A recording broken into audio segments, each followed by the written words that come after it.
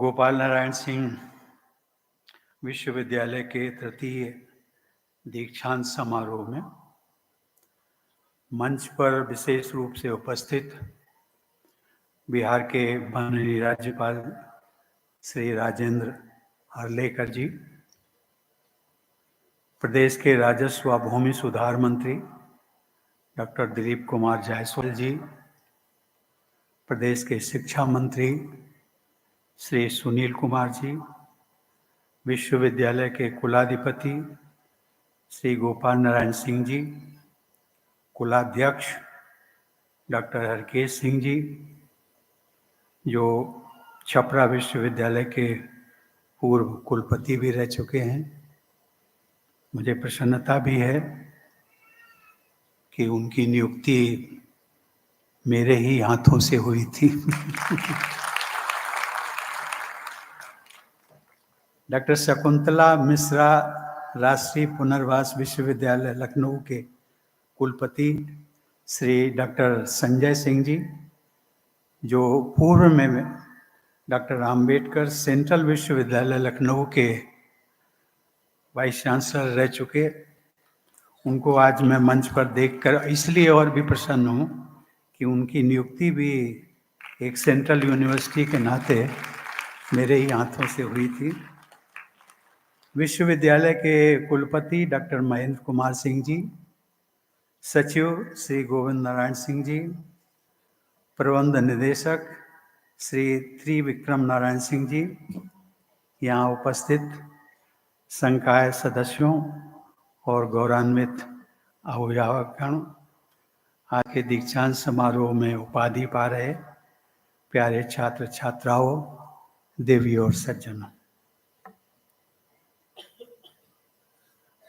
जैसा कि आप सब जानते हैं, मैं बिहार से जुड़ा रहा, न केवल जुड़ा रहा बल्कि काफ़ी गहराई तक जुड़ा रहा। गहरी मैं इसलिए कहता हूँ कि जब मैं यहाँ से जाने वाला था, मेरे 2 वर्ष ही पूरे नहीं हुए थे राज्यपाल के, तो जब उस समय भी हमारे प्रदेश के मुखिया श्री नीतीश कुमार जी थे और वो राजभवन आए तो बधाई देने के लिए,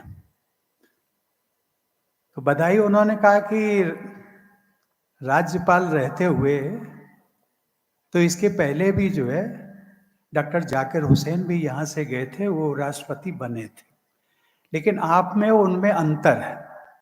अंतर ये है कि डॉक्टर जाकिर हुसैन बिहार से जब गए तो उपराष्ट्रपति बने और उसके पश्चात राष्ट्रपति बने। आप केवल और केवल ऐसे राज्यपाल हैं बिहार से जो कि राज्यपाल रहते हुए सीधे आप राष्ट्रपति बने।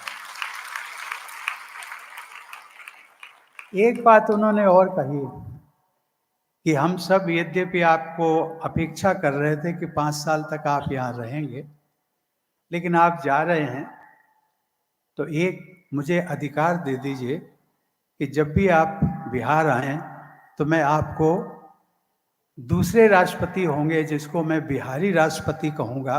पहले थे डॉक्टर राजेंद्र बाबू और दूसरे जो है वो आप। इस बात का मैंने उल्लेख इसलिए किया कि बिहार से जो मुझे प्यार और सम्मान मिला उसको मैं आज तक भूल नहीं पाया। गोपाल बाबू को मैं बहुत पहले से जानता था, हम लोग एक ही पार्टी में काम करते थे, लेकिन जब मैं राष्ट्रपति बना तो ये मुझे मिले और इनका आग्रह था कि मुझे बड़ी प्रसन्नता होगी यदि आप जब बिहार के राज्यपाल थे तो आप उच्च शिक्षा में सुधार के लिए बहुत बड़ी बड़ी बातें करते थे, आपने किया भी, लेकिन आज आप राष्ट्रपति हैं तो मैं चाहता हूं कि आप मेरे विश्वविद्यालय में भी पधारें। और आज जो उनका भावुक होना, सही मायने में गोपाल बाबू आप भावुक इतने नहीं हुए जितना मैं भी भावुक हो गया।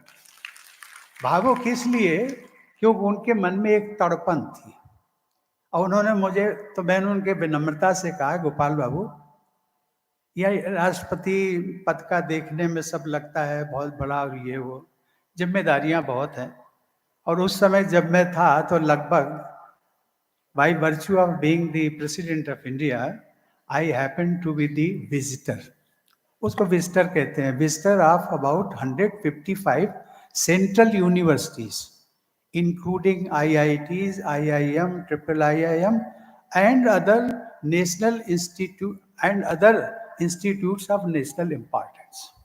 तो मैंने उनको कहा कि देखिए मेरी मजबूरी को आप समझ लीजिए, ये जो सेंट्रल यूनिवर्सिटी सरकारी यूनिवर्सिटीज हैं 155, मैं इनमें एज विजिटर मुझे नहीं लगता है कि मैं 5 साल में जा पाऊंगा।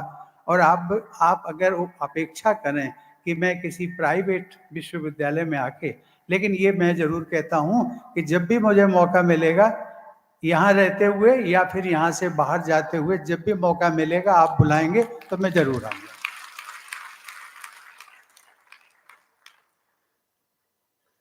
देवी और सज्जनों,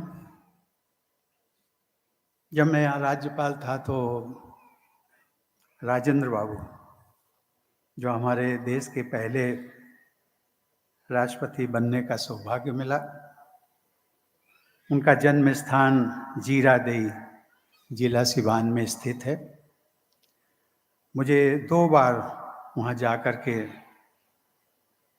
उनकी प्रतिमा को नमन करने, उनका आशीर्वाद लेने का मुझे सौभाग्य मिला। सचमुच में बहुत बहुत बड़ा व्यक्तित्व था। आज जब मैं यहाँ पर आया तो मुझे कुछ नई चीजें भी देखने को मिली। पटना इस प्रदेश की राजधानी है।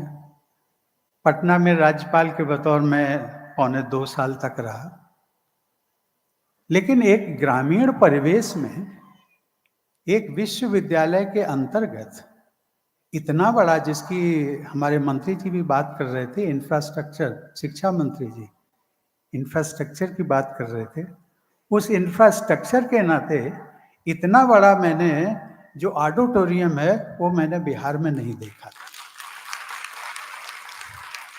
ये पटना की भी मैं बात करता हूँ, पटना राजधानी है, मुझे नहीं पता इस बीच में शायद बन गया हो इतना बड़ा, वो जो पहले नया बन गया, बहुत अच्छी बात है। लेकिन इंफ्रास्ट्रक्चर बहुत जरूरी है, एकेडमिक एक्सीलेंस जरूरी है, लेकिन उसके साथ साथ उसके पहले this is a pre condition कि इंफ्रास्ट्रक्चर होना भी बहुत जरूरी है। आज मंत्री जी ने एक बात का और भी उल्लेख किया, हमारी बेटियां। आज इसमें हम देखें कि जिनको गोल्ड मेडल मिला है उनकी संख्या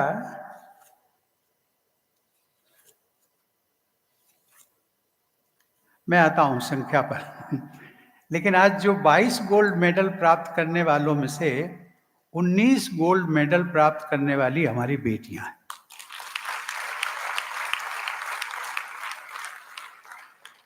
अब मैं एक समाज का जो ट्रेंड है, अवधारणा है, मैं उसका जिक्र करना चाहता हूं।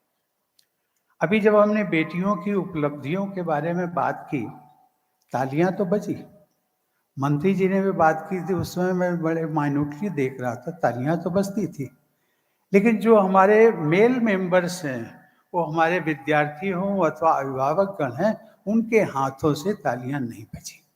उसका कारण क्या है? कारण ये है, we are still living in a male dominated society. वो हमें परिवर्तन करना है। बेटियां हमारी ही हैं, आपको लगता होगा शायद दूसरे की बेटियां हैं, वो बेटियां हैं। कल यहाँ से जो बेटी निकल करके अगर जाती है, भारत सरकार हो या देश के नेतृत्व देती है, तो उसके लिए क्या बिहार का गौरव नहीं होगा? ये हमें इस मानसिकता, और उसी मानसिकता को मैं दूसरे रूप में, गोपाल बाबू, आज मैं अपने मंच पर भी देख रहा हूं, मंच पर जितने भी हैं वो सब पुरुष डोमिनेटेड। वहां पर हमें कोई भी, हमारी बहन, हमें महिला भागीदारी नहीं मिली। जब हम सोसाइटी को इंक्लूसिव दृष्टि से देखते हैं तो उसमें वहां पर महिलाओं का प्रतिनिधित्व होना बहुत जरूरी है। लेकिन मैं आपको उस पर ब्लेम नहीं कर रहा हूं, ब्लेम इसलिए नहीं कर रहा हूँ कि वो एक ट्रेंड चला रहा समाज में, लेकिन आज जो मैं कह सकता हूँ कि 22 बेटियों में से यदि 22 मेडलिस्ट में से यदि 19 हमारी बेटियां हैं, तो ये बेटियां, इसका मतलब है ये जिसका मंत्री जी ने भी उल्लेख किया, this is the future, new future of India, new India. और इन्हीं में से निकल करके आप ढूंढिए, आप ढूंढेंगे तो आपको बेटियां भी मिलेंगी, और वो जो है अगला आपका जो कन्वोकेशन होगा, मुझे बड़ी प्रसन्नता होगी उसमें मंच पर हमारी महिलाएं भी।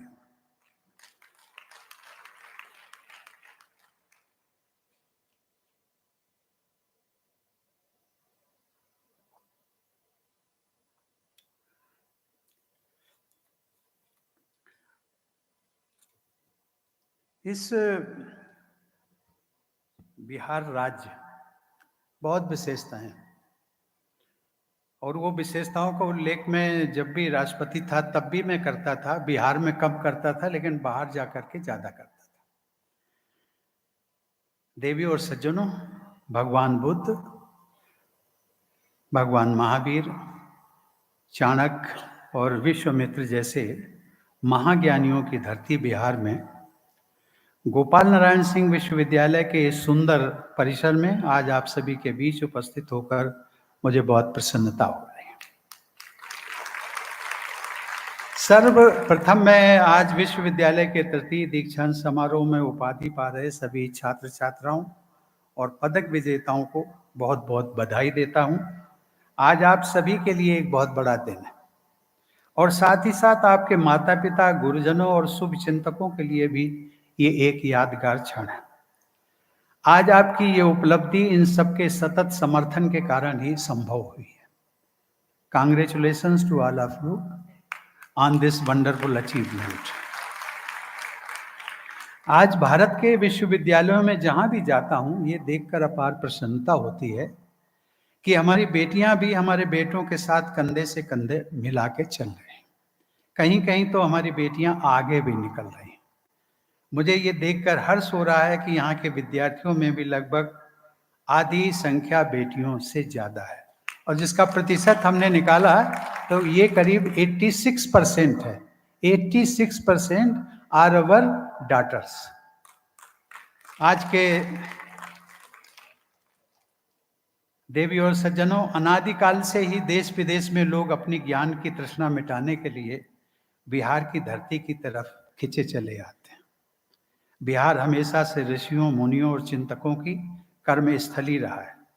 हमारे शास्त्रों में भी माना गया है कि विद्या धनम सर्वधनम प्रधानम, अर्थात विद्या धन सभी धनों से श्रेष्ठ। मुझे प्रसन्नता है कि इसी परंपरा को चरितार्थ करते हुए गोपाल नारायण सिंह विश्वविद्यालय अपनी स्थापना के कुछ ही वर्षों में भारतवर्ष के शैक्षणिक मानचित्र पर स्थापित हो चुका है। मुझे ये जानकर और भी प्रसन्नता हुई कि विश्वविद्यालय के अंतर्गत संचालित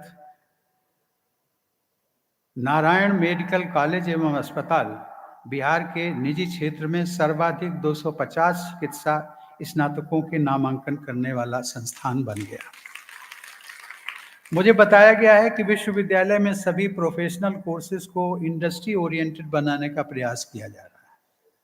साथ ही साथ विद्यार्थियों को सेल्फ एम्प्लॉयमेंट और अपना खुद का स्टार्टअप शुरू करने के लिए जरूरी स्किल्स और कोर्सेज भी उपलब्ध कराए जा रहे हैं। ये सभी पहले जो इनिशिएटिव्स हैं सराहनीय हैं, और इसके लिए मैं कुलाध्यक्ष, कुलाधिपति, कुलपति एवं सभी संकाय सदस्यों को बधाई देता हूं। प्रिय छात्र छात्राओं, इस ऑडिटोरियम की एनर्जी देखकर लग रहा है कि हमारे युवा आत्मविश्वास से भरपूर हैं। हम सब भाग्यशाली हैं कि ऐसे समय में जी रहे हैं जब हमारा देश दुनिया की सबसे तेजी से बढ़ती हुई अर्थव्यवस्थाओं में अपना स्थान हासिल कर चुका है। हम एक विकसित देश बनने की दिशा में लगातार आगे बढ़ रहे हैं। आप सब तो और भी भाग्यशाली हैं कि आप ऐसे ऐतिहासिक क्षण में अपने जीवन की शुरुआत कर रहे हैं। आज आप ये विश्वविद्यालय छोड़कर अवश्य जा रहे हों, लेकिन ध्यान रखें, आपकी शिक्षा यहीं समाप्त नहीं होती। लर्निंग नेवर एंड्स, ये हमेशा से सत्य था, लेकिन आज के युग में ये पहले से भी कहीं ज़्यादा प्रासंगिक है। 21वीं सदी में सफल होने के लिए सिर्फ एक बार सीखना ही पर्याप्त नहीं है। 21वीं सदी में सफल होने के लिए आपको अपने ज्ञान और कौशल को लगातार निखारना पड़ेगा, निरंतर नया कुछ सीखना पड़ेगा, आउटडेटेड तरीकों को छोड़कर अपने ज्ञान को, अपने कौशल को अपडेटेड रखना पड़ेगा। You will have to regularly and continuously learn, unlearn and relearn. I encourage you all to embrace lifelong learning. साथ ही साथ प्रिय विद्यार्थियों, मैं ये भी कहना चाहूँगा कि आप सब critical thinking, self management, emotional intelligence और इफेक्टिव कम्युनिकेशन जैसी सदाबहार स्किल्स को भी अपने अंदर कल्टीवेट करते रहें। टेक्नोलॉजी तो तेजी से बदलती रहती है, पर हमारे अंदर का सॉफ्टवेयर जीवन भर हमारे काम आता है। आप सबने अपने अपने भविष्य के लिए योजनाएं भी बनाई होंगी, सपने भी देखे होंगे। अब आपके सपनों को साकार करने के लिए प्रयास करने का समय आया है। सपने देखना बहुत अच्छी बात है। हमारी कल्पनाएं ही हमें अपने भविष्य निर्माण के लिए एफर्ट डालने की प्रेरणा देती है। अपने सपनों को साकार करने के लिए प्रयास और मेहनत करना हर व्यक्ति का कर्तव्य होता है, लेकिन सफलता का समय ईश्वर निर्धारित करता है। आने वाले वर्षों में आप अपने अपने लक्ष्यों को प्राप्त करने के लिए परिश्रम करेंगे, परंतु ये भी सत्य है कि जीवन की राह उतार चढ़ाव से भरी होती है। Ups and downs are a part of every life. अपने जीवन की राह में जब भी कोई छोटी मोटी बाधा आपके सामने आए, बिल्कुल भी निराश होने की आवश्यकता नहीं है। मेरा सुझाव है कि आप सब भगवत गीता के उस श्लोक को हमेशा याद रखें जिसमें कहा गया है, कर्मण्यो आदिकारस्ते माँ फलेषु कदाचन माँ कर्म फल हेतुर्भूर्मा ते संगोत्सवा कर्मणि। अपने लक्ष्य की प्राप्ति के लिए कार्य करना आपका अधिकार है, लेकिन कभी भी परिणामों के प्रति आसक्त न हो। जब भी आपको असफलता या कठिनाइयों का सामना करना पड़े तो हिम्मत न हारे, इसे विनम्रता से स्वीकार करें, एक कदम पीछे हटें और सोचें कि क्या और अलग किया जा सकता है और कौन से अन्य उपाय अपनाए जा सकते हैं। एक सकारात्मक दृष्टिकोण के साथ अपने लक्ष्य को प्राप्त करने का प्रयास करते रहें, अंततः सफलता आपको मिलेगी। कबीराज ब्रंद ने कहा था, करत करत अभ्यास के जड़मति होत सुजान रसरी आवत जात ते सिल पर परत निशान। आखिरकार निरंतर प्रयास के द्वारा एक नरम रस्सी भी कुएं के कठोर पत्थर पर अपना निशान छोड़ देती है, तो आपको अपना निशान बनाने से कौन रोक सकता है। आप जो भी करें उसे हमेशा हार न मानने की भावना रखें और फिर sky is the limit for you. Always remember, we are what we repeatedly do. Excellence then is not an act but a habit. प्रिय छात्र छात्राओं, देवी और सज्जनों, कभी कभी मैं जब अपनी जीवन यात्रा के बारे में सोचता हूँ तो ये पाता हूँ कि मेरी यात्रा थोड़ी कठिन जरूर थी, परंतु बहुत संतोषदायक थी। मेरा जन्म और पालन पोषण उत्तर प्रदेश के कानपुर के एक छोटे से गांव में हुआ। आर्थिक कठिनाइयाँ मेरे लिए शुरुआती जीवन का एक अभिन्न अंग थी। मेरे गांव में सिर्फ एक प्राथमिक विद्यालय था और उसकी भी कोई बिल्डिंग नहीं थी। पीपल के पेड़ के नीचे हमारी कक्षाएं लगती थी। माध्यमिक शिक्षा के लिए मुझे 6 किलोमीटर नंगे पैर पैदल दूसरे गांव में जाना पड़ता था। गर्मियों के मौसम में तो पैर झुलस जाते थे, लेकिन ईश्वर की कृपा से मैंने आगे बढ़ते रहने का साहस कभी नहीं छोड़ा। अपनी जीवन यात्रा में मुझे कई रोचक भूमिकाओं में कार्य करने का मौका मिला। अपने देश के नागरिकों के जीवन में सकारात्मक परिवर्तन लाने का अवसर मिला, बट मोस्ट इम्पॉर्टेंटली राष्ट्र निर्माण में अपना योगदान देने का परम सौभाग्य मिला। जब मैं आपकी तरह युवा था तो मैं कभी कल्पना भी नहीं कर सकता था कि एक दिन मेरी ये यात्रा मुझे गांव से शहर, हाई कोर्ट से सुप्रीम कोर्ट, राज्यसभा से राज्यपाल और अंततः दुनिया के सबसे बड़े लोकतंत्र के राष्ट्रपति पद तक ले जाएगी। मुझे विश्वास है कि जो मेरी पृष्ठभूमि है, शायद यहाँ पर जो छात्र छात्राएं हैं, बहुत से छात्र छात्राएं, वो अपने जीवन को मेरे जीवन के प्रारंभिक दिनों से जोड़कर देख रहे होंगे। यहाँ एकत्रित मेरे कई युवा मित्र मेरी साधारण पृष्ठभूमि से खुद को जोड़कर देख रहे होंगे। हमेशा याद रखें कि आपके सामने एक बहुत बड़ी लंबी जिंदगी है और आपको अभी बहुत आगे जाना है। कभी भी छोटी मोटी कठिनाइयों से परेशान ना हो। Keep moving, keep moving, keep moving. मैंने आपको कठिनाइयों के बीच कभी आत्मविश्वास न खोने की सलाह दी। उसी का एक दूसरा पहलू भी है। दूसरा पहलू है, आप कभी भी, जब भी आपको सफलता मिले, whatever achievement you have got, आप विनम्रता बनाए रखें। That is most important. You have to forget ego. कितनी भी बड़ी सफलता मिले, अपने अंदर कभी अहंकार ना आने दें। Always keep in mind that vidya, आप यहाँ से जो लेकर जा रहे हैं वो विद्या लेके जा रहे हैं। विद्या ददाति विनयम। The knowledgeable and wise are always humble and they are always respected. प्रिय छात्र छात्राओं, किसी भी तरह की लॉन्ग टर्म सक्सेस प्राप्त करने में फिजिकल और मेंटल फिटनेस का बहुत बड़ा रोल होता है। A healthy mind resides in a healthy body.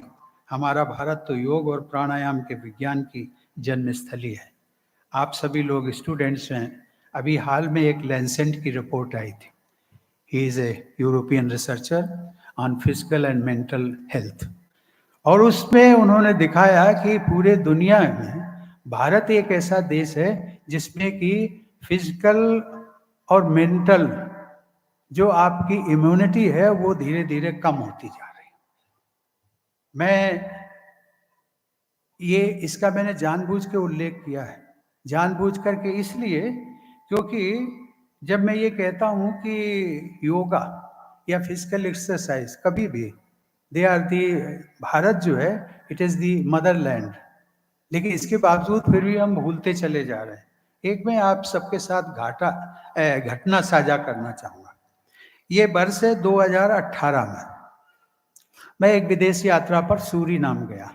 Suriname एक अफ्रीकन कंट्री है, और वहाँ पर it was coincidence that the day was the day of yoga day, international yoga day.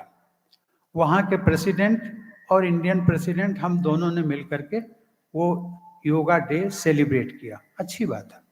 उसके बाद में जो हमारी नेक्स्ट विजिट थी, नेक्स्ट डे, वो थी क्यूबा। और क्यूबा पास में एक कंट्री है। विशेषता ये थी कि क्यूबा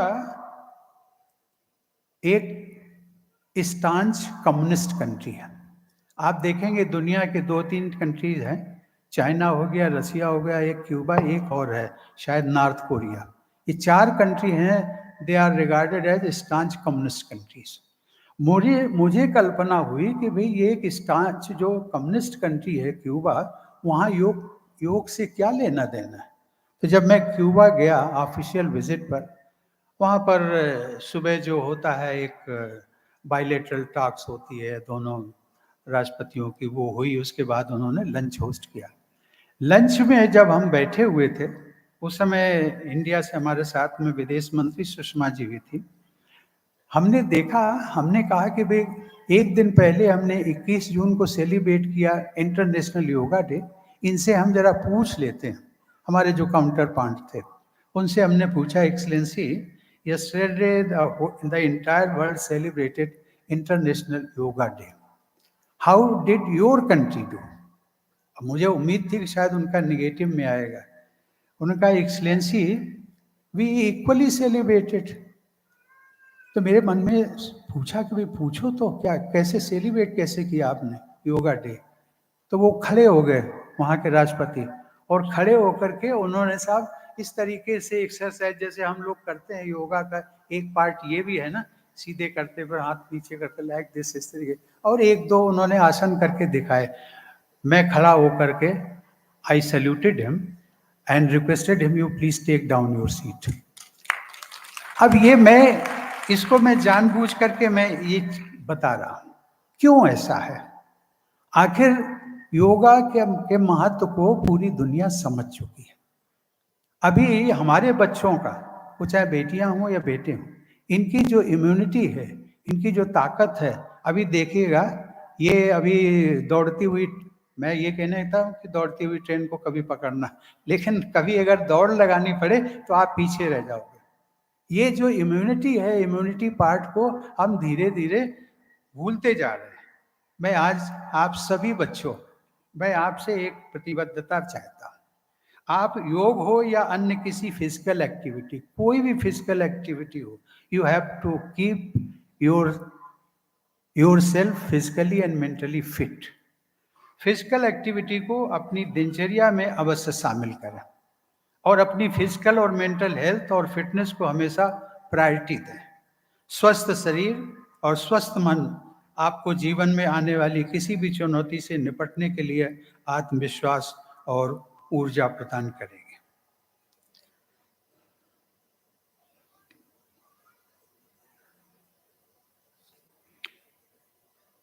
प्यारे बच्चों, मैं समाप्त करने वाला हूं। समय ज्यादा लगा लेकिन बहुत बरसों बाद आया, तो जो मन में था, मुझे लगा कि अब कभी आऊंगा या नहीं आ पाऊंगा उसका कुछ भरोसा नहीं। विष्णु पुराण में कहा गया है कि तत्कर्म येन बंधाय सा विद्या या विमुक्त। विद्या हमें सभी बंधनों से मुक्त करती है। मैं चाहूंगा कि आप सभी अपनी विद्या का उपयोग हमारे राष्ट्र को सभी प्रकार के अभावों व कुरीतियों से मुक्त करने के लिए लगाएं।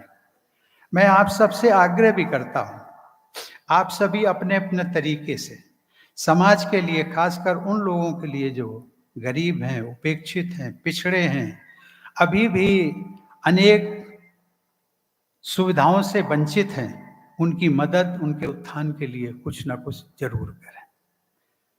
I urge you to always strive to give back to the society. इस प्रकार आप राष्ट्र निर्माण में योगदान तो देंगे ही, साथ ही साथ अपार खुशी और संतुष्टि भी पाएंगे। मेरे प्यारे छात्र छात्राओं, मैं चाहता हूं आप सभी तेजी से बदलते विश्व के साथ कदम मिलाकर आगे बढ़ें। आप आधुनिकता को अपनाएं, लेकिन आधुनिकता को अपनाने के साथ साथ अपनी संस्कृति और उसके मूल्यों से भी दृढ़ता से जुड़े रहें। जिस तरह एक वृक्ष की जड़ें उसको पोषित करती हैं, भयंकर तूफान में भी उसे खड़ा करने का बल देती हैं, उसी प्रकार अपनी सांस्कृतिक जड़ों से जुड़ाव आपको हमेशा आध्यात्मिक रूप में पोषित करेगा और कठिन से कठिन परिस्थितियों का सामना करने की शक्ति देगा। यहाँ पर मैं एक बार फिर एक घटना का उल्लेख करके समाप्त करूंगा।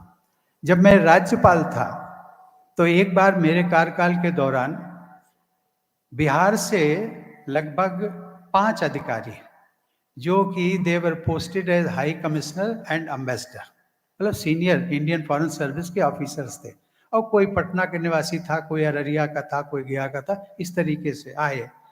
एक शिष्टाचार मुलाकात हुई राज्यपाल से। मैंने उन सबसे एक सवाल पूछा। मैंने कहा, आप बिहार छोड़ करके कब गए? किसी ने कहा 20 साल पहले, किसी ने 30 साल, 25 साल। अच्छी बात है। पटना वालों को मैंने छोड़ दिया। उसमें 3 लोग जो थे पटना के बाहर के थे। पटना पहुंचना आसान है दिल्ली से, लेकिन अररिया हो, गया हो और यहाँ भी अगर आना हो तो देर लगेगी, नहीं जाते हैं। मैंने पूछा, आप कितने वर्षों से अपने गांव नहीं गए? उन्होंने कहा, साहब किसी ने कहा कि मुझे 13 वर्ष हो गए। फिर एक ने कहा कि साहब मेरा गांव में कुछ है ही नहीं, मेरी जमीन नहीं है, जो जमीन थी मेरे बाप दादों ने बेच दी। अब वहाँ कोई नहीं, रिश्तेदार नहीं है, कोई चाचा ताऊ कोई भी नहीं, तो मैं वहाँ जाके क्या करूँ? मैंने कहा, आपका उत्तर बिल्कुल ठीक है, लेकिन मैं उसके आगे जानना चाहता हूँ। आपने कभी कल्पना की? तो उन्होंने, एक ने कहा कि साहब वहाँ तक हमारे यहाँ पक्की सड़क भी नहीं बनी। मैंने कहा अब मैं उसके बारे में बताता हूँ। आप यदि एक बार चले जाइए और देख आइए, आपको लगेगा वहाँ कोई नहीं है।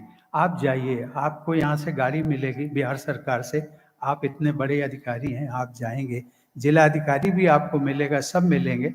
आप केवल जो चौपाल होती है, आपका मकान भी नहीं है, हम मान के चलते हैं। चौपाल में बैठ जाइए, एक चारपाई मँगवा लीजिए, इतना तो आपका स्वागत होगा ना? कल हाँ साहब, ये सब होगा, पानी भी पिलाएँगे, चाय भी पिलाएँ मैंने कहा आप एक बार होके आइए। आप देखेंगे कि जिस चौपाल में बैठ करके आप आधा घंटा, 1 घंटा आप अपनी 2 गाड़ियों के साथ पहुँचे हो, कई बच्चों को देखोगे वहाँ पर जिनके शरीर पर पूरे वस्त्र नहीं हैं, केवल बनियान और निक्कर पहने हुए हैं, सर्दियों में भी।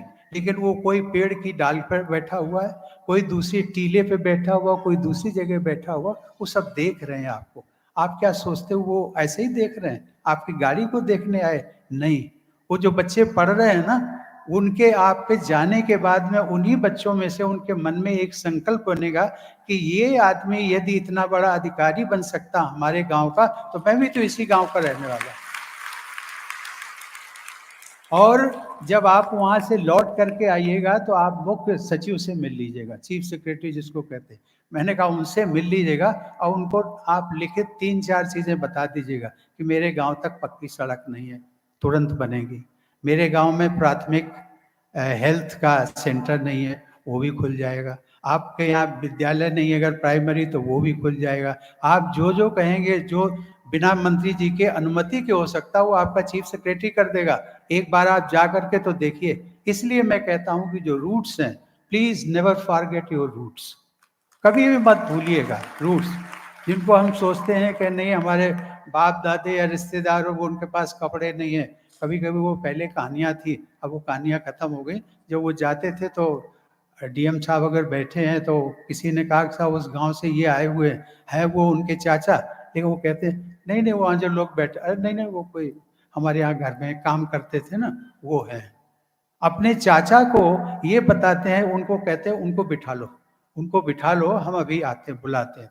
मतलब इस प्रकार की जो तिरस्कार की भावना है, ये रूट्स को डिनाई करता है। और मुझे लगता है इसीलिए मैंने इसका उल्लेख किया कि आप अपनी आधुनिकता को अपनाने के साथ साथ अपनी संस्कृति और उसके मूल्यों से भी दृढ़ता से जुड़े रहें। मैं एक बार फिर आज ग्रेजुएट्स हो रहे सभी छात्र छात्राओं को बधाई देता हूं और आप सभी के उज्जवल भविष्य की कामना करता हूं। धन्यवाद। जय हिंद।